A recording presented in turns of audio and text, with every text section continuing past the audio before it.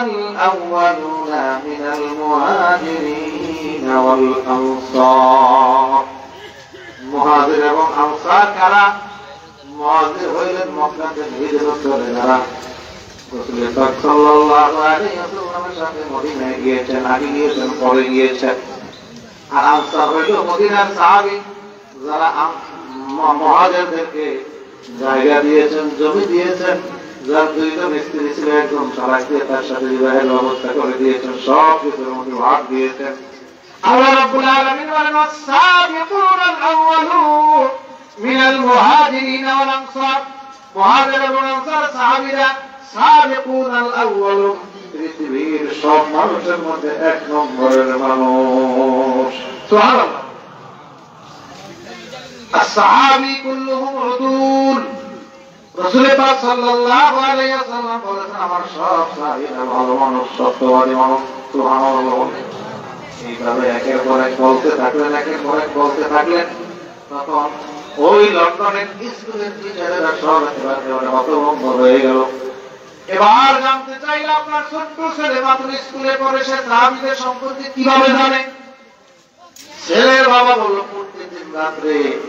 আমি আমার স্ত্রী আমার ছেলে মেয়ে সকলকে নিয়ে আমি কিতাবের তালিম করি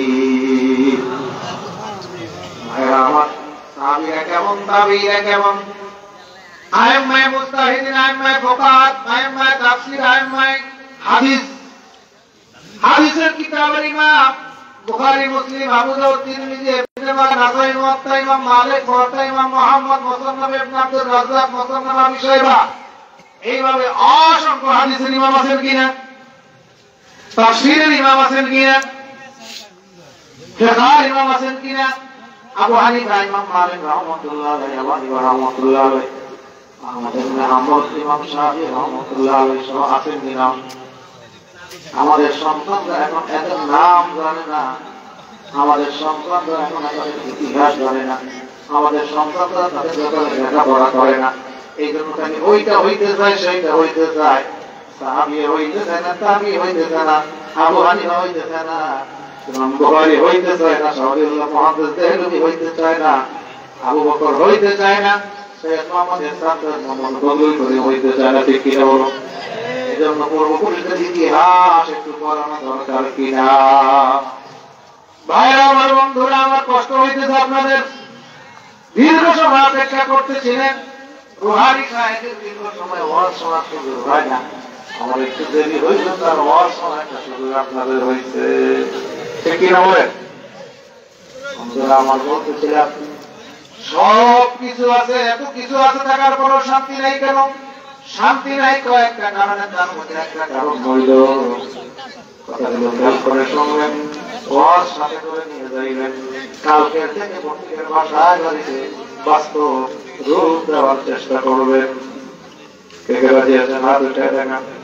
নারায়ে তাকবীর নারায়ে তাকবীর আল্লাহ কবুল করে বলেন আমিন সংসারে শান্তি নাই এমন একটা সময় ছিল খাওয়া দাওয়া ভালো ছিল না কিন্তু সময়টা এমন ছিল প্রত্যেক মুসলমানের বাড়ি ঘরে সকালবেলা ফজরের পরে কেউ গেলেন কিসের আওয়াজ পাওয়া যাইত ঘরে বলেন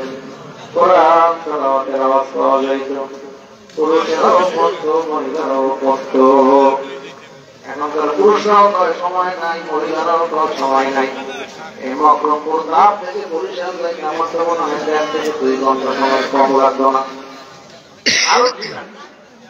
এখন বরিশাল যাইতে কত সময় লাগে তোমরা